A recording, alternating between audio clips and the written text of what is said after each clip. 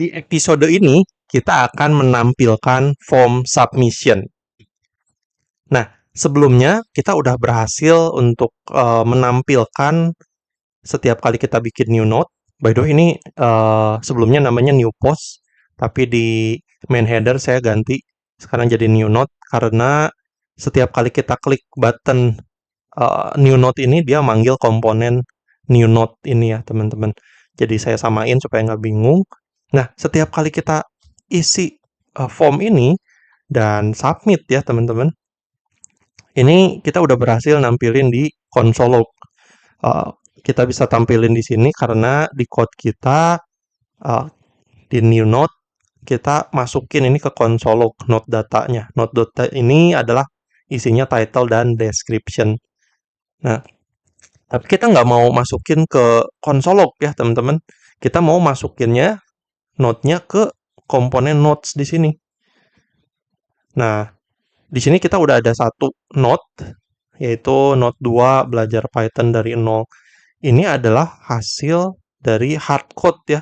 Di komponen notes ini, kita buat sekarang ini masih hardcode. Note 2 belajar Python dari 0.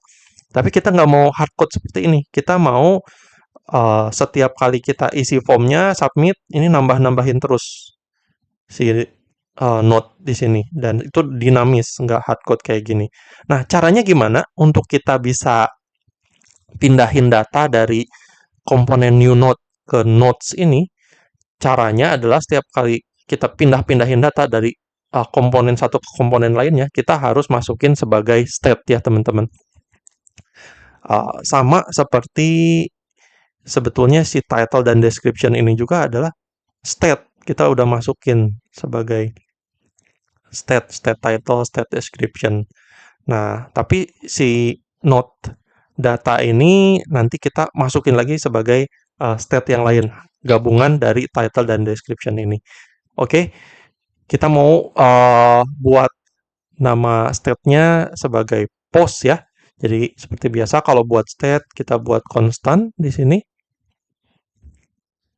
Nama state-nya adalah notes, lalu kita buat function untuk nge-update si note ini ya, jadi set notes namanya. Terus kita mau buat panggil useState-nya, kita juga udah import di sini ya, import useState, dan kita tinggal pakai ini function dari React-nya sendiri yang udah dibuat sama React. Dan di sini saya bikin awalnya array kosong ya, teman-teman. Nah, kita juga mau buat function namanya add node handler,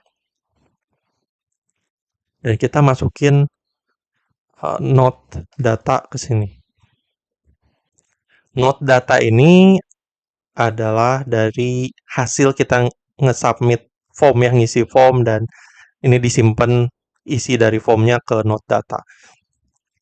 Nah, kita mau set nodes, kita panggil function set nodes-nya, dan si nodes-nya, data nodes-nya ini supaya nggak hilang, jadi setiap kali ada, ini kita mau pakai arrow function ya, teman-teman.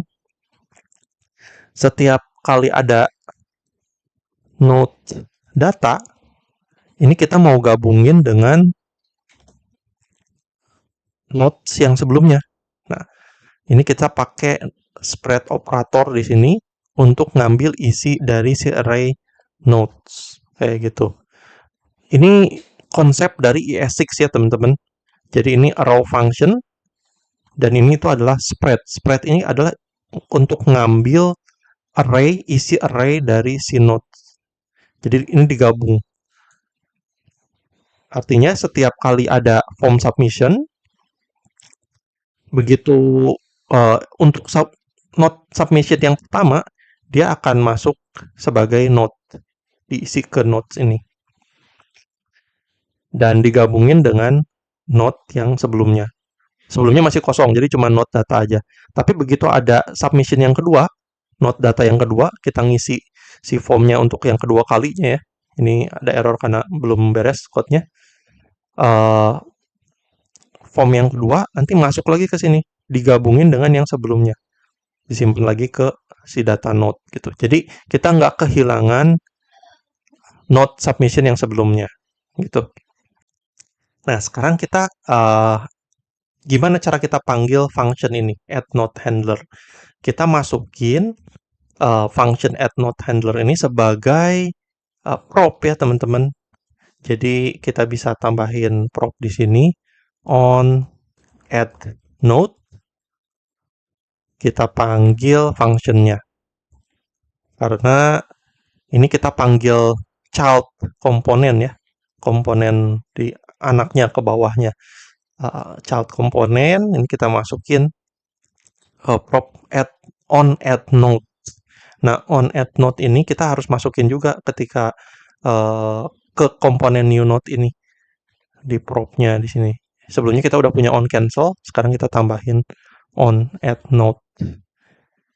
Dan on add node ini kita akan panggil ngeganti ini console log. Jadi bukan masukin ke console log tapi masukin ke function on add node. Node data ini udah kesimpan sebagai state nodes ya teman-teman.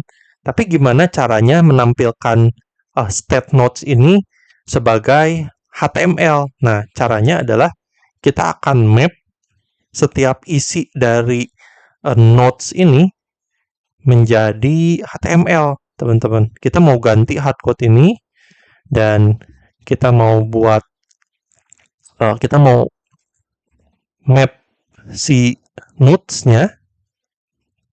Kalau teman-teman udah lupa nih, ini fungsi map, teman-teman bisa cek lagi dari seri JavaScript ES6. Sebelumnya saya juga udah pernah ajarin tentang arrow function, dan juga map, dan juga spread operator ya tadi ya untuk ngambil isi dari array. Ini teman-teman bisa cek lagi dari seri JavaScript ES6, pernah dibahas sebelumnya. Nah, kita bakal map ini untuk ngambil isi dari array ya, setiap array-nya diambil dan kita mau masukin node di sini. Jadi isi dari nodes ini untuk ada banyak node ya. Jadi setiap isinya kita ambil, kita map dan kita masukin sebagai komponen node. Nah,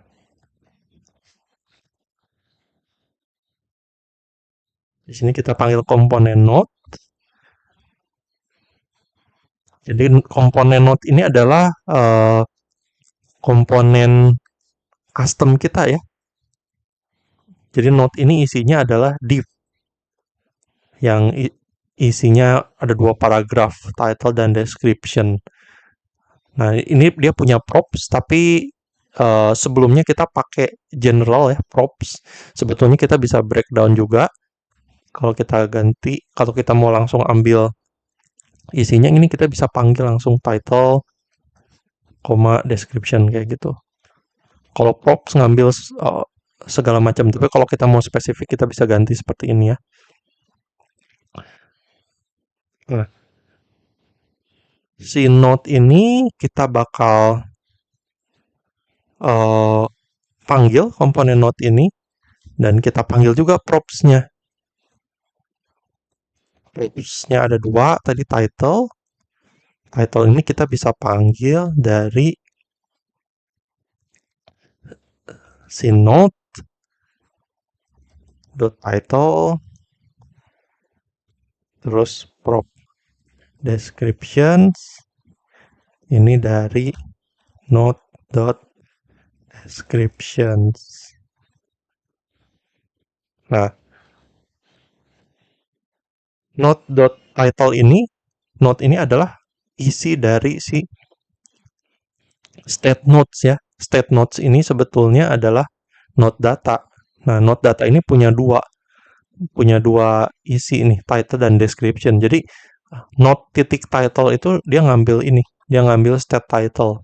Note titik description dia ngambil state description gitu. Dan ini memang kita kasih nama sama ya, propsnya title dan description juga. Terus dia masuk ke komponen note, dan komponen note ini nanti ditampilkan sebagai HTML, teman-teman. Sorry, setelah arrow function ini kurungnya bukan kurung kurawal ya teman-teman, tapi kurungnya kurung seperti biasa kayak gini ya. Kita ganti dulu, coba kita save, kita buat new node-nya sekarang, kita tes nih. Node 1, belajar React.js dari nol. Coba kita submit. Oh, kosong nih ya teman-teman, ada error. Coba kita lihat console log-nya. Errornya kenapa? Ini props is not defined. Jadi kalau ada error, teman-teman lihat aja dari console log-nya. Ini add node di komponen node. Tadi kita sempat ganti props-nya kan ya di komponen node. Ini kelihatan juga warnanya belum jadi biru yang terang gitu. Jadi kayak belum dipakai. Ini karena kalau kita langsung spesifik